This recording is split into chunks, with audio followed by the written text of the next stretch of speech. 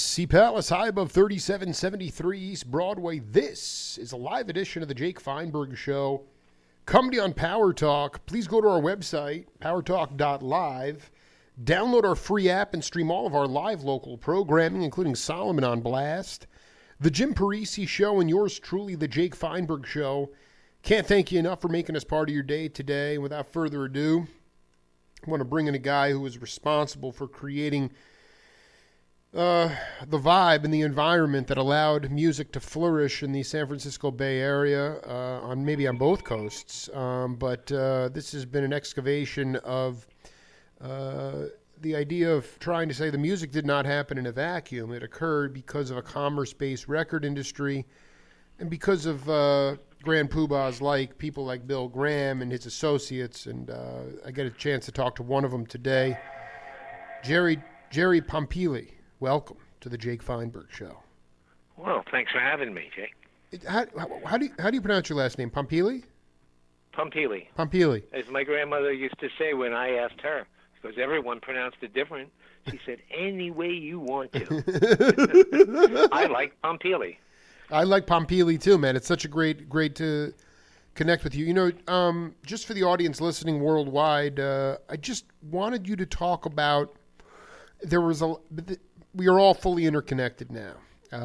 We all have the internet. We all have new media. I connect with you. You connect with me. Radio stations are all fully interconnected. iHeartRadio, Sirius Satellite Radio, et cetera, et cetera. And this was not the environment that you came up in.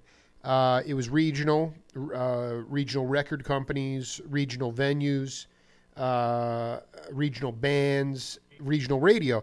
And I just was hoping you could talk, from the big picture about the significance that Bill Graham had to the San Francisco Bay music scene. Okay, well, first of all, I wasn't out here when Bill initially started in the San Francisco scene. I didn't join him until 1968 in New York. And prior to my getting involved in the scene, my whole exposure to music was Cousin Brucey and AM radio, So where was that? As I remember, the first show I ever worked, contemporary rock show for the time, at the Anderson Yiddish Theater. One of the acts on the bill was Moby Grape. Oh, wow. And I turned to someone and I said, "What the fuck is a Moby Grape?" I think Procol Hammer was on that bill too, so I was familiar with them because they had a hit single. Where were you located at in the country? I was in New York. I lived in New York in the West Village at the time. Oh, you were. I mean, and can we get a year on this? The Moby Grape. 1968, the Anderson Yiddish Theaters. I was friends with a guy who owned a bar in the West Village, the Village West, Tony Leck, and his cousin Neil, I think his last name was Anderson, was a partner with Sandy Pearlman, who do you recognize the name? 415 Records. I was just for the record. I was born in 1978, so don't assume I know any. Tell me about Pearl. Oh, okay. Tell me about Pearl. Sandy Pearlman and Neil. Sandy and Neil were students at Stony Brook. That's where I grew up.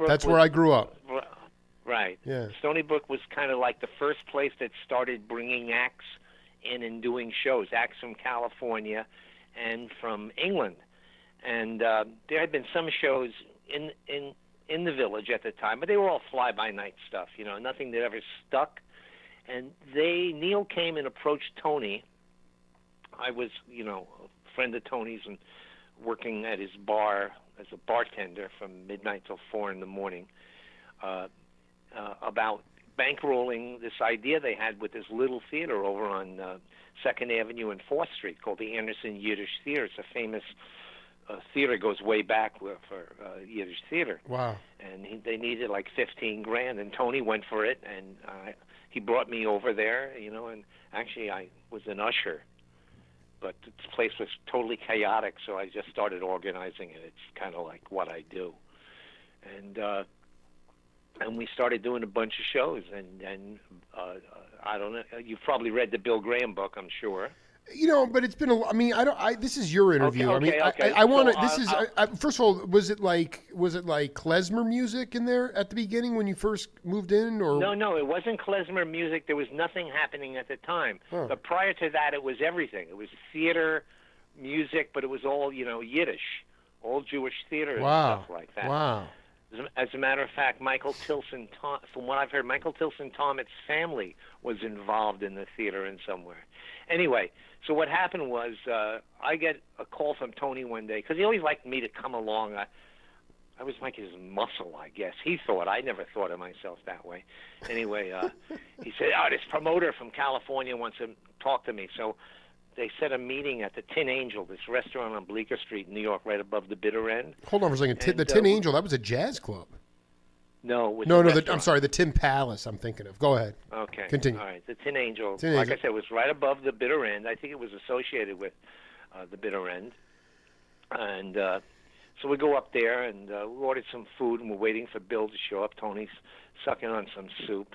And Tony was kind of like, Tony thought of himself as a semi-wise guy.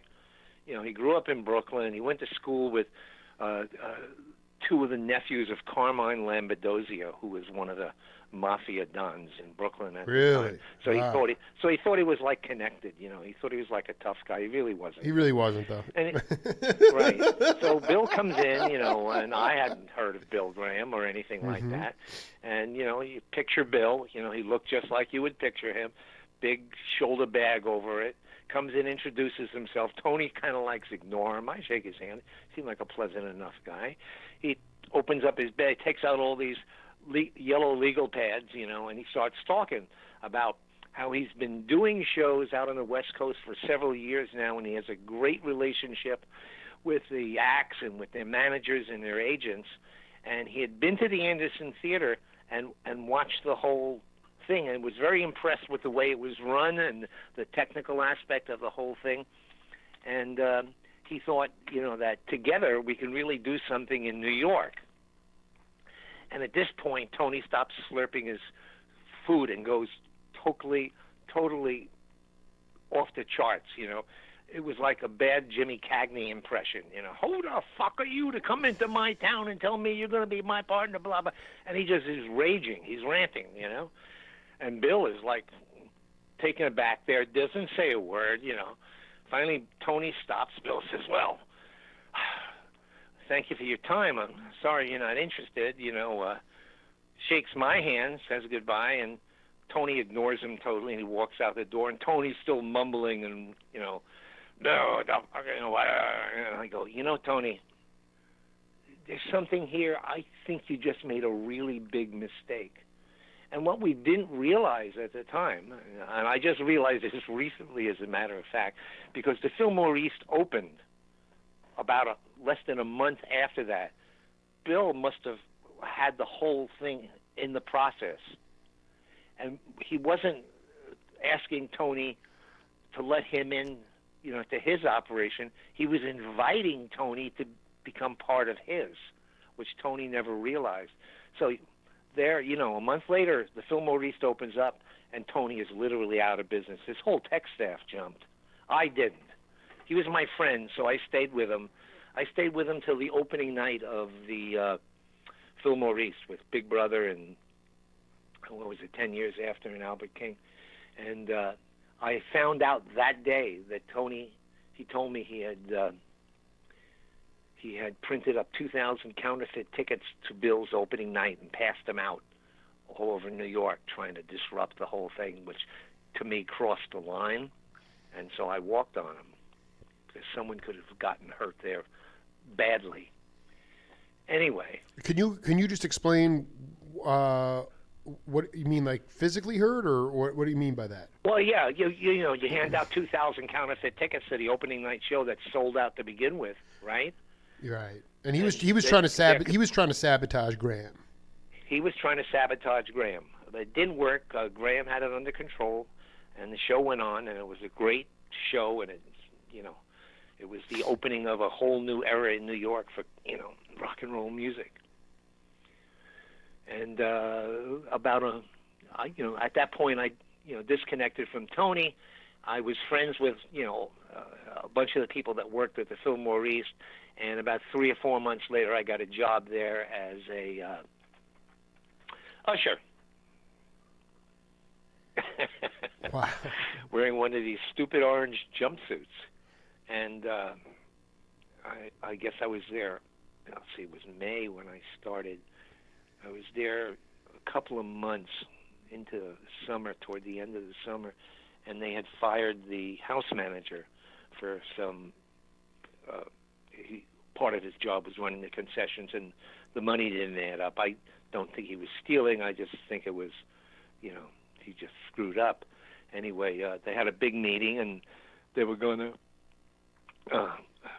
they were talking about hiring a new house manager, and Kip Cohen, the director, wanted to go up. He was from the theater world, and he wanted to go up to Broadway and bring down a Broadway house manager.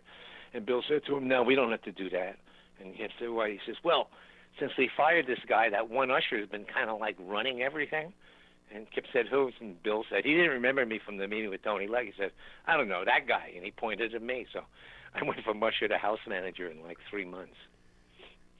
So why did you why was there so much scheming going? I mean, I guess, was the Fillmore West already open, or was Graham doing stuff with the Avalon and the old, I mean, had he started the Fillmore West when he came east to talk to you guys at the bitter end? I think so. Like I said, I wasn't out there. His initial shows, when he started, were at the Fillmore Auditorium, and then he got the lease on the Carousel Ballroom on Market and Van Ness, and that became the Fillmore West. And I think that started about the same time that the Fillmore East did, because they both closed at the same time, too. Interesting. So when you, so you actually took over as house manager. House manager in what year? In September 13th, 1968. Pretty fertile. I remember the date exactly because it was a Chambers Brothers show, and I got my ass kicked by 3 guys that had snuck in. I got knocked like 9 rows into the audience. Why did they do that? I don't understand. Well, I knew they had snuck in. I approached them. I said, "No, you guys have snuck in." No, we don't. I said, "Well, show me your ticket stubs for your seats." It was all reserved seats, right? They couldn't do that while they were fumbling around. The big one kind of turned halfway and then came back and just cold-cocked me. Oh, my God. So, did you cross paths with David Rubinson? Well, yeah, when I came out to California. Oh, okay. Because I came out to California December 15th, 1969. Well, okay. So this is I don't. Yeah, no. This is you are really cooking right now. So, how did you start? What was the connection you guys? I mean, you're Italian, right? I mean, you have that Parmesan. Half Italian. Half Italian. So, I mean, what was the connection aside from honesty that and loyalty that Graham and you sort of began to connect on? Well, Bill was a New York guy, and I'm kind of a New York guy. I mean, I spent my teen years in New Jersey, but after high school I went to NYU for a while, and then the Army, and then came back and moved into the city. And so we had that kind of rapport, and Bill had this amazing ability to pick people. I mean, as long as I knew him, he always chose people for specific things they were able to do, And he saw in me these things that it's the public. Bill always said, "Don't ever think we're in show business. We're not in show business. We're in the business of public assembly. We put asses into seats, and we do it better than anybody." And I was really good at dealing with people, and especially crowds, And I also kind of had this ability to anticipate problems before they arose. I don't know why, but I was. And I had a good shit hit the fan mentality too, so I was good on that level. Can you give an example when you were intuitively sensing something was going awry? And you did something. Oh, yeah, sure. The whole rock medicine thing. Talk about that. In the early 70s. Well, we were doing a bunch of shows in the 70s at Winterland, which held a little over 5,000 people. And we always had, problems at times at the show, drugs and alcohol, stuff like that. And but it was a finite number of problems, depending on the type of show you had. For the heavier the show, the more problems you kind of had. But, it followed a pattern. And then every once in a while we would do a show at the Cow Palace. And the Cow Palace was 3 times the size of Winterland. But the funny thing I noticed almost from the start was we didn't have 3 times the number of problems. We had 9 times the number of problems. So it became like a geometric progression with, medical type problems. And then we booked this show. Bill booked this show at Kezar Stadium with Led Zeppelin in 1973. I think that was the first one. And this capacity was 50,000. And I said, I'm like running the numbers in my head, and I'm going, oh, shit, this could be a real big problem. And I went into Bill's office. Now, usually when I went into Bill with an idea, the first thing he said would be, how much will it cost? Unless it had something to do with the safety of the audience. So I went into him and I told him, gave him all these numbers, and I said, so what can we do? This kind of thing. He picked up the phone. He called David Smith at the Haight-Ashbury Medical Clinic. He says, I'm going to send my guy over to you. He's going to explain to you what we need and blah, blah, blah. Never asked me how much it would cost, And that's what we did. And David Smith took 2 of his doctors, Skip Gay and Darrell Inaba, and they put together the whole rock medicine thing. I'm just the guy who came up with the idea for that was the anticipation thing. Can you? Oh, that's really cool. So when you talk about rock medicine, you're talking about setting up tents for people that OD'd, and they'd have doctors there. Whatever, setting up places to deal with problems, medical type problems that arise at shows.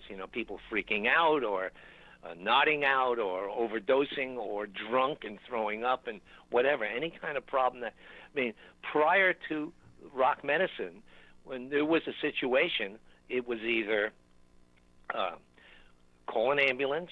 We were Winterland was only like 2 or 3 blocks from a hospital, right? Or call a cops or something like that, and or if it was just someone freaking out, take 3 or 4 of the staff and sit on them until they cheered. That's all you could do. But once we had rock medicine, it became they were the ones that dealt with it. So you had to budget in some physicians at all these shows. Is that? No. What we did was we didn't actually pay the Haight-Ashbury people. We gave donations to them, for whatever. All their people were volunteers. Like if I remember correctly, when we were doing the Days on the Green.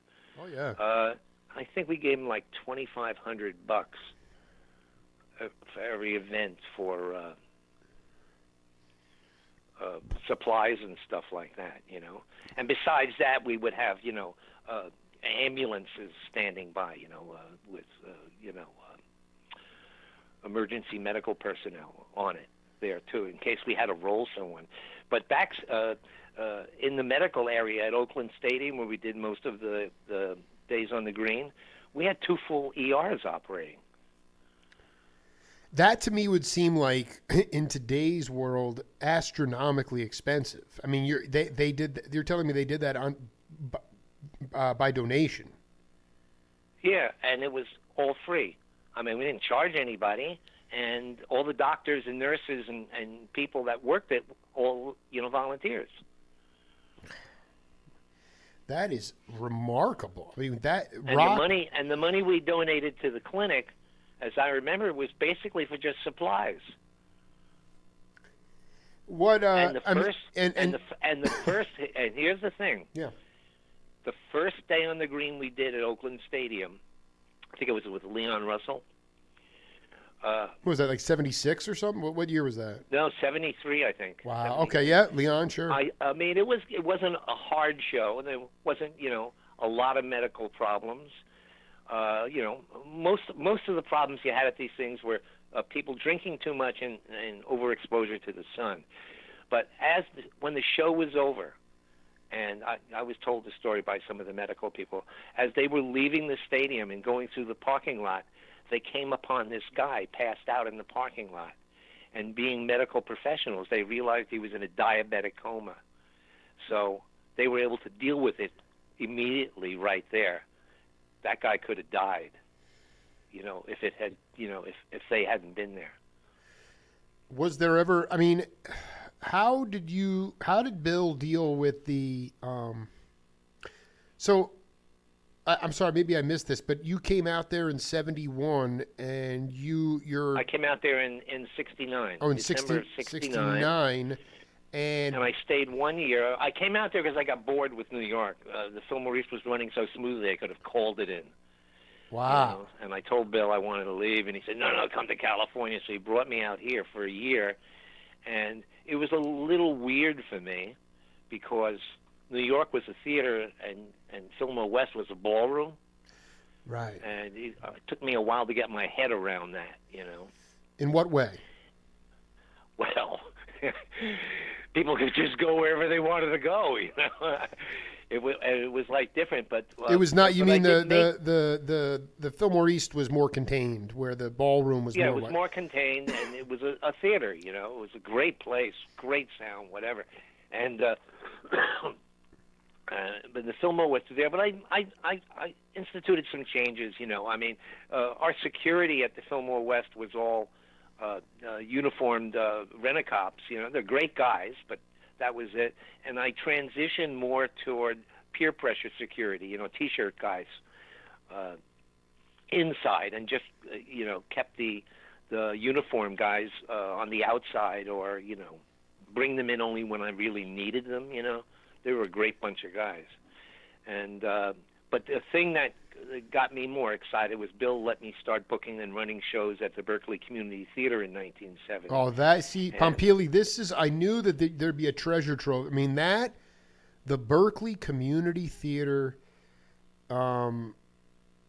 So Graham, okay, I have to I know you're not going to have the answer to this, but did Graham ever talk to you about how he wound up controlling all of these? I'm talking more about the Fillmore district. There was a cat, Charles Sullivan, who, this is going back when you were still in New York, where he was a black owner. He owned all the clubs, and he, was James Brown and the Flames and Dyke and the Blaze. He had the dance permit on the Fillmore. Okay, which he let Bill use. Okay, he really liked Bill. Now I want you to tell me all this that because I've done 1,000 primary source interviews, mainly with with musicians, and a lot of the jazzers that I talk to, Sullivan wound up with a shotgun blast to his chest and $20,000 of cash in the car.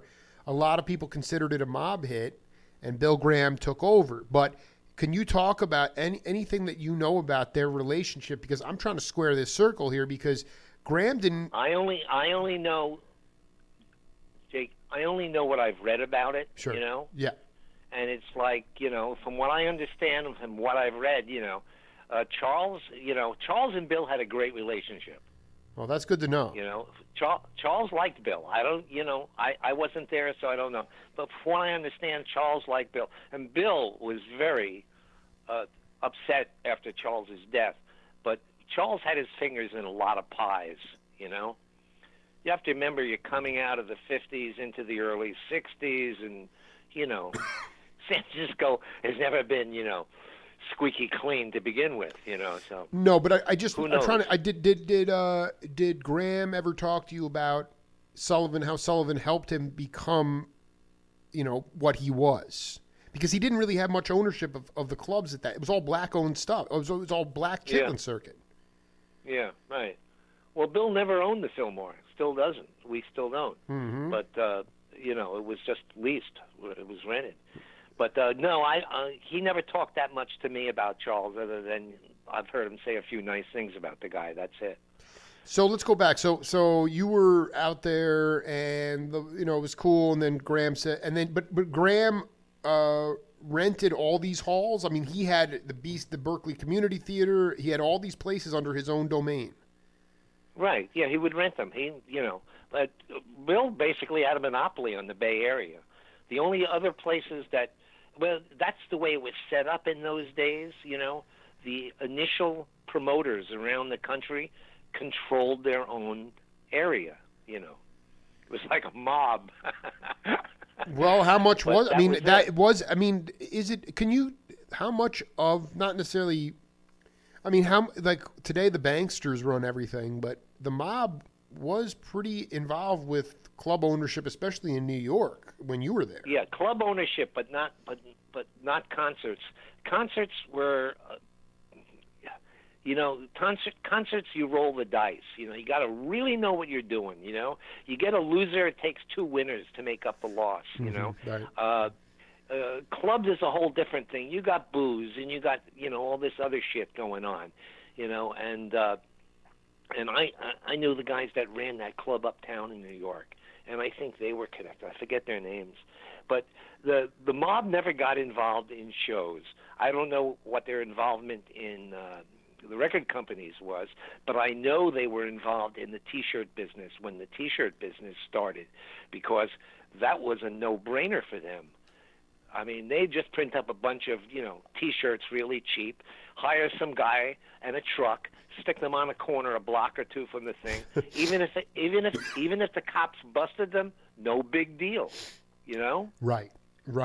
It was like free money for them. It was like drug dealing without the evil side of it. But that's where they got involved in the whole thing, from what I understood. And so let's talk about that. I mean, people have been plugging in for quite some time. LSD was no longer legal in '72. But I mean, did you bring Jimi Hendrix in there to the Berkeley Community Theater? Yeah. What happened? '70 was a great year. Why? For a bunch of reasons. All right. Yeah. I didn't book the shows. Bill booked the shows. I ran the shows. Right. Okay. So the first one we put in there was Laura Nero. And in those days, Wow. It was very rare for a band even to bring their own PA system, much less any other kind of production.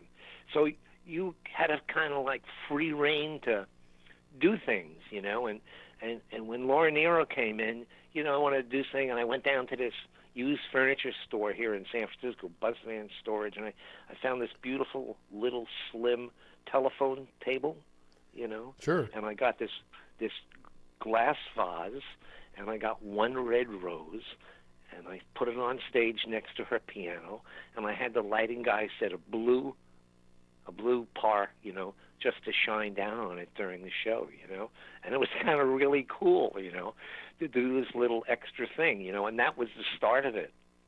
And then after that,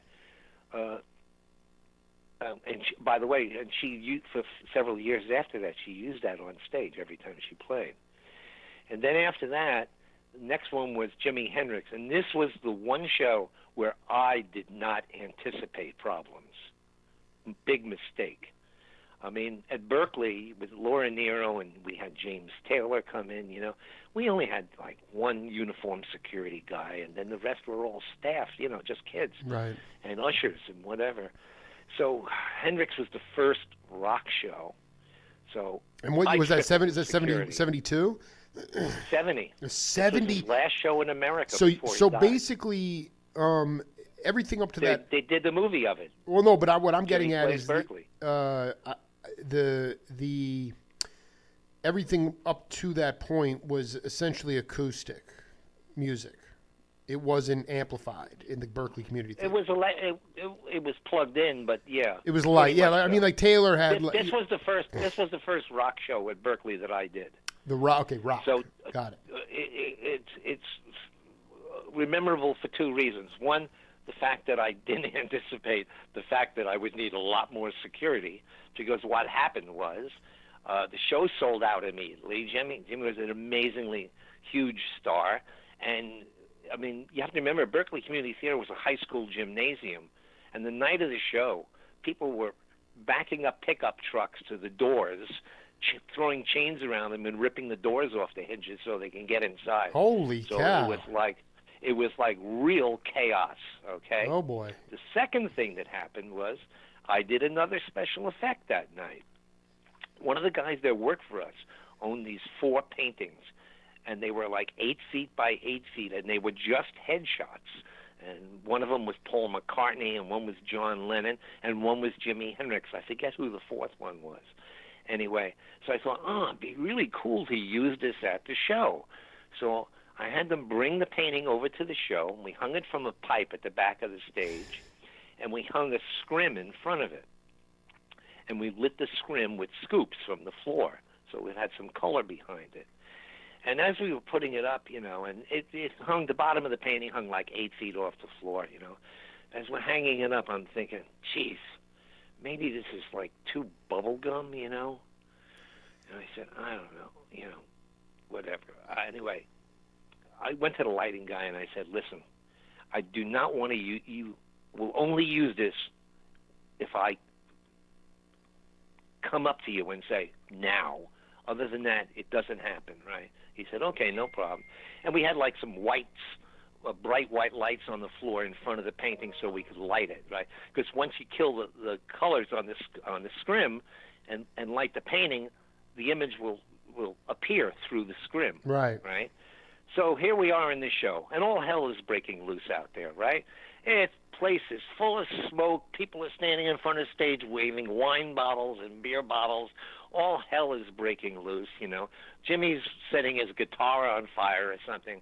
And it's like I totally, barely have no control whatsoever on the thing. Wow. And I walk back to the lighting guy and I say, okay, very slowly right now in all this age, kill the color scoops, bring up the lights on the image.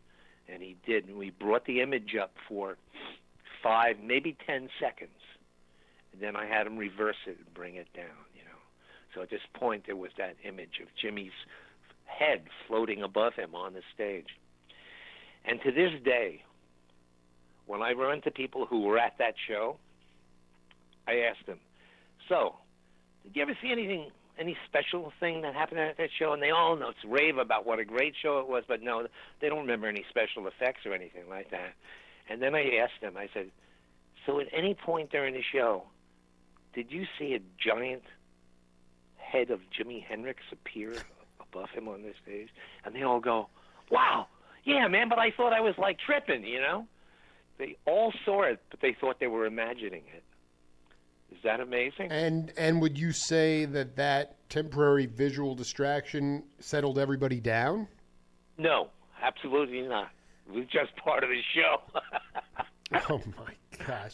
So what was the fallout from that? I mean, because after that it was. I mean, the Dead were coming. Well, after that, when we did a rock show, we really did the security up. Because the next one we did was the Who. Wow. And it was part of their Tommy tour.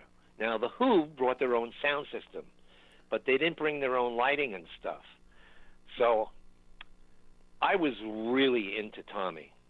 Right. The album. Sure, sure. And I'd go home. Once Bill had booked that show, I'd go home every night, and I'd put Tommy on, and I'd sit there and I'd listen to it full blast in my apartment in San Francisco, trying to get a handle on what I can do for this thing. And then finally one night it came to me. Here we have a story of a deaf, dumb, and blind boy, right? And when you go to a Who concert, and I've been at a few, you're numb and you're kind of deaf. The only thing that you have left is your ability to see.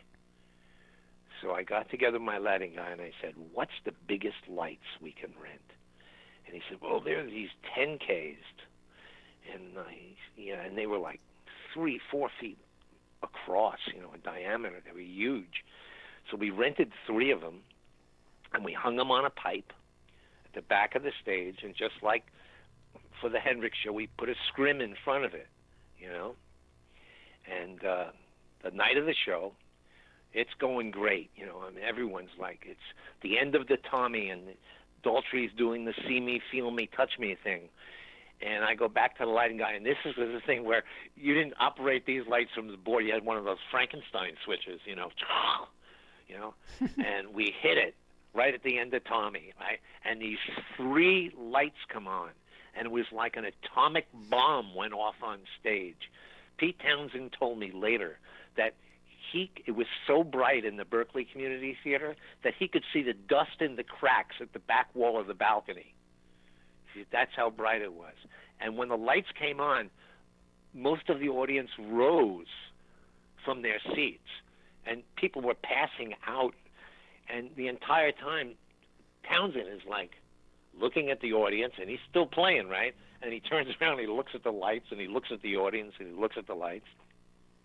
And it was an amazing effect. It just, it said everything about Tommy, the deaf, dumb, and blind boy. And after the show was over, his road manager walks up to me and he says, "So, what was that you just did?" And they used it for the next 5 years.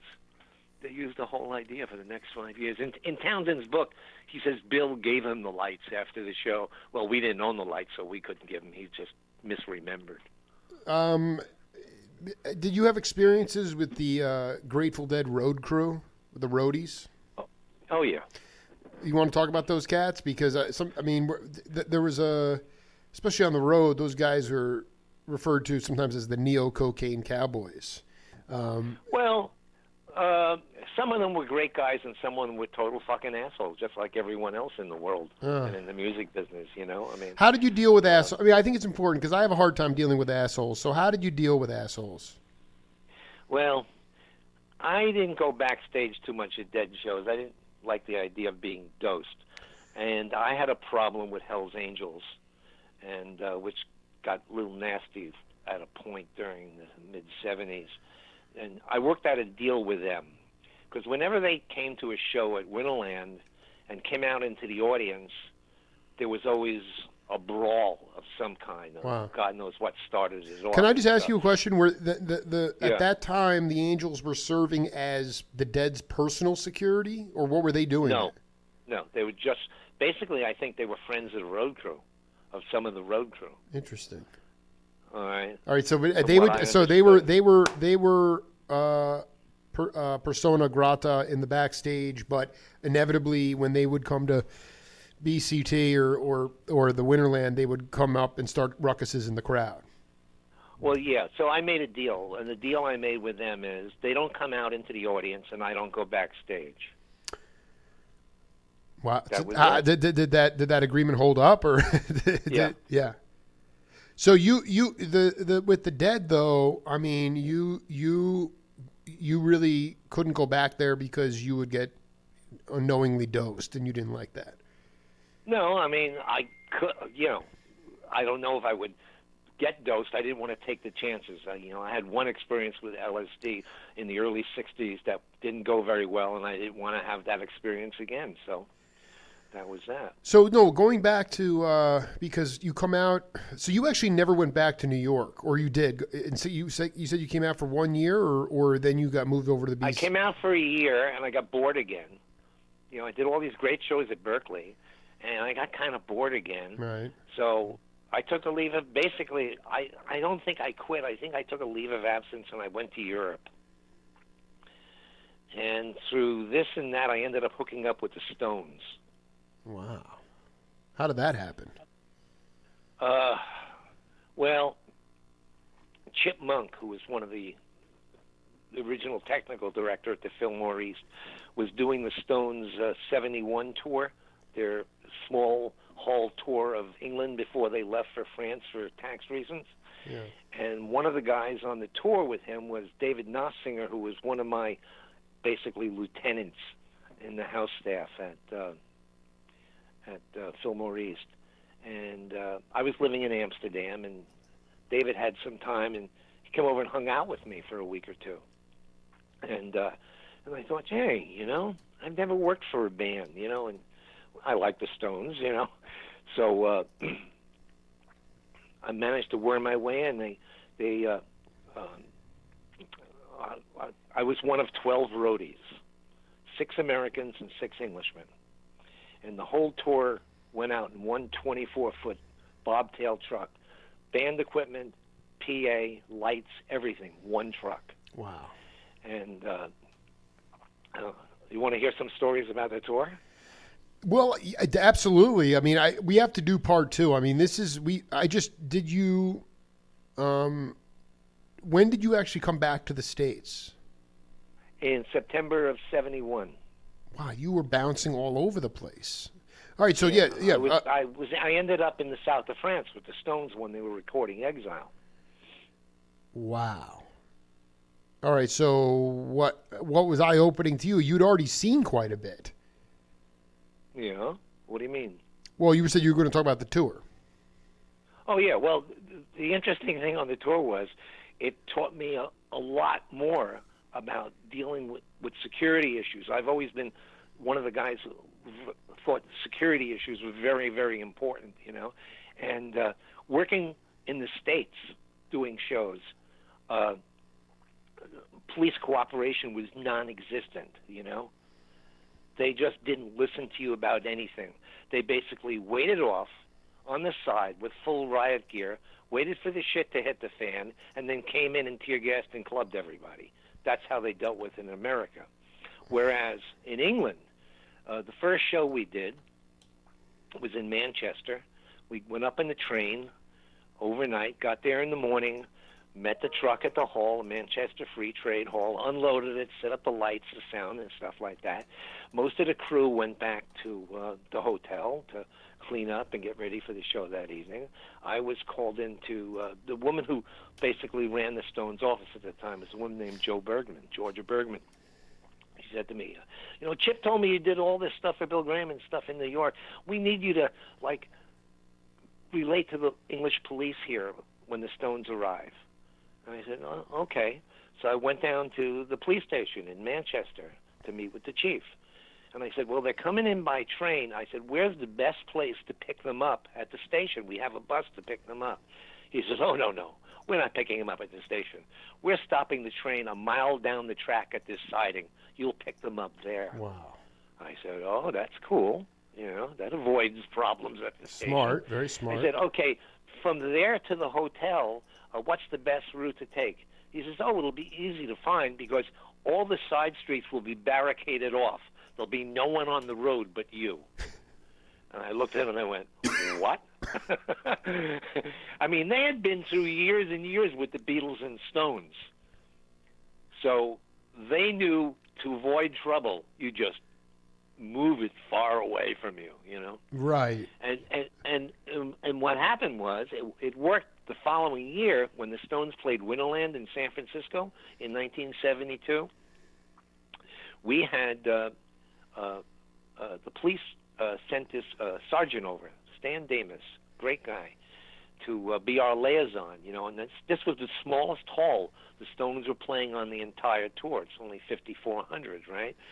And Stan came up to me and he said, okay, what do we have to do not to have a problem here? And I told him the story about what they did in England, and I said, what we have to do here is set up barricades, a block in every direction around Winterland, so no one can come anywhere near the building without a ticket. And he said, it'll be done. And that's what we did. Not one problem. 2 shows at Winterland, not one problem. Is there could we do part 2 tomorrow at the same time? Okay.